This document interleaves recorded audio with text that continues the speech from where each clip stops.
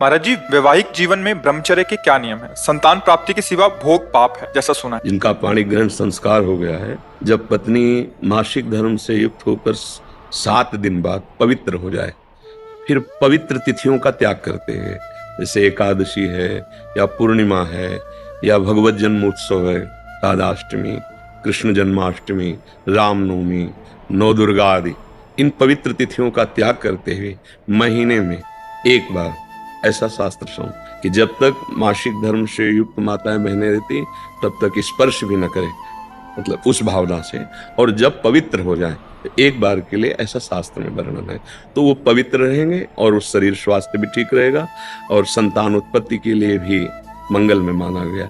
अब जैसे संतान हो गई है और हमारी वासना अभी शांत नहीं हुई है, तो ऐसा अन्य की तरफ न देखे, धर्म से चले, तो इसमें कुछ सुख है नहीं, ऐसा अनुभव हो जाएगा। गर्लफ्रेंड, बॉयफ्रेंड, आज ब्रेकअप, दूसरे के साथ, फिर कल उससे, ये क्या है? ये क्या है?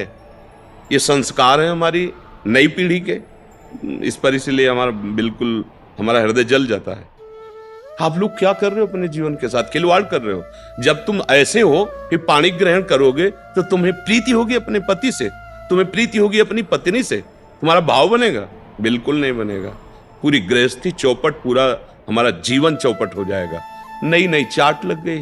हम कई बार उदाहरण में दिया है कि यदि आपका होटलों में खाने का अभ्यास बन गया ना, तो घर की रसोई अच्छी नहीं लगेगी। ध्यान रखना, अगर एक पत्नी से चलोगे व्रत लेकर, धर्म से, एक सीमा, और धर्म की पूर्ति के लिए संतान उत्पत्ति क्रिया, और बाद में निवृत्त होकर भगवान को प्राप्त करना। अगर मन भगवान में नहीं लगा तो तुम चाहे 90 वर्ष के हो, वही मन मांगेगा जो जीवन भर मांगा है। तुम्हारी वासना तुम्हें जलाएगी, भ्रष्ट करेगी, नीचे गिराएगी। विदुर जी महाराज के वचन है कि जब स्त्री मासिक धर्म से पवित्र हो जाए, तब पुरुष संतान उत्पत्ति की भावना से, अब मान लो संतान उत्पत्ति नहीं चाहिए, अब वासना है, तो अन्य जगह जाने की जरूरत नहीं है। आपने धर्म पूर्वक दोनों ने स्वीकार किया है, वहां कोई पाप नहीं होगा।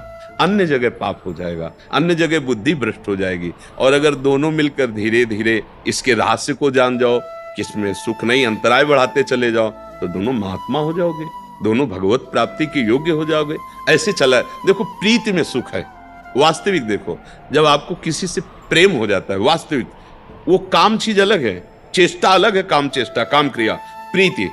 तो प्रीति में उसके दर्शन से, संभाषण से, उसको खिलाने से, पिलाने से, उसको सुख देने से एक हृदय में विशेष आनंद आता है। अपने प्यारे को सुखी देख करके एक सुख आता है।